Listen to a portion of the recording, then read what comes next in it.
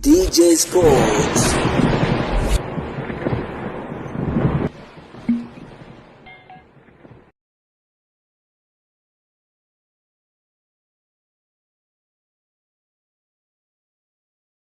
Bwana, nipo hapa kuapprove kuhusiana na usajili wa Faisal Salum Feitoto, mchezaji wa klabu ya soka ya Azam Football Club, ambapo hivi karibuni tuliweza kuona kwamba mchezaji huyo ameingia katika headline kubwa, hasa ya kuhusishwa na vilabu vikubwa viwili hapa Tanzania, Simba na Yanga, na tuliweza kushuhudia mambo mengi ambayo yalikuwa yakiendelea kupamba kasi. Tuliweza kuona kwamba klabu ya soka ya Young African walienda kufanya mazungumzo na mchezaji huyo, lakini pia Simba Sports Club nao walikuwa wakifanya mazungumzo naye huyo mchezaji kwa kina zaidi, lakini pia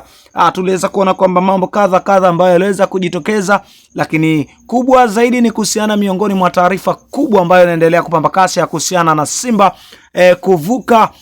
vigingi vingi, kupigana na changamoto nyingi kwelikweli ambazo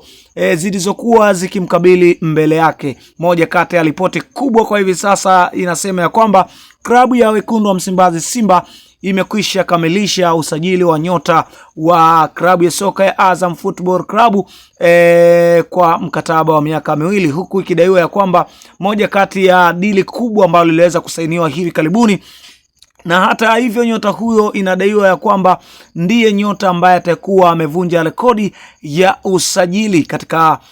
wachezaji wa wazawa hapa nyumbani Tanzania, na hivyo ni moja kati ya update kubwa kwa hivi sasa ikiwa inaendelea kupamba kasi. Lakini tumeweza kushuhudia mengi zaidi ambayo yalikuwa yakiendelea kupamba kasi, lakini kwa mujibu wa taarifa, Simba Sports Club wao kupitia mashabiki wao ndiye wanamhitaji mchezaji huyo kwa udi na uvumba aweze kutambulishwa hivi karibuni, hasa mara baada ya kuonekana ya kikosi chao kuwa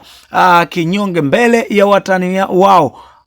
Young African. Na hivyo tumeweza kuona kwamba mambo kadha ambayo yaliweza kuingiliwa kati na mabosi wa klabu ya wekundu wa Msimbazi Simba katika kuhakikisha wanakamilisha rasmi uhamisho wa nyota huyo mwenye uraia wa Kitanzania. Lakini hata hivyo, Simba pia wataingia tena sokoni kwenda kutafuta striker ambaye atakuja kuwa mbadala ama wakaja kupigania namba pamoja na Ibrahim Dumbia, moja kati ya nyota ambaye aliweza kusajiliwa katika majira haya ya kiangazi, ambapo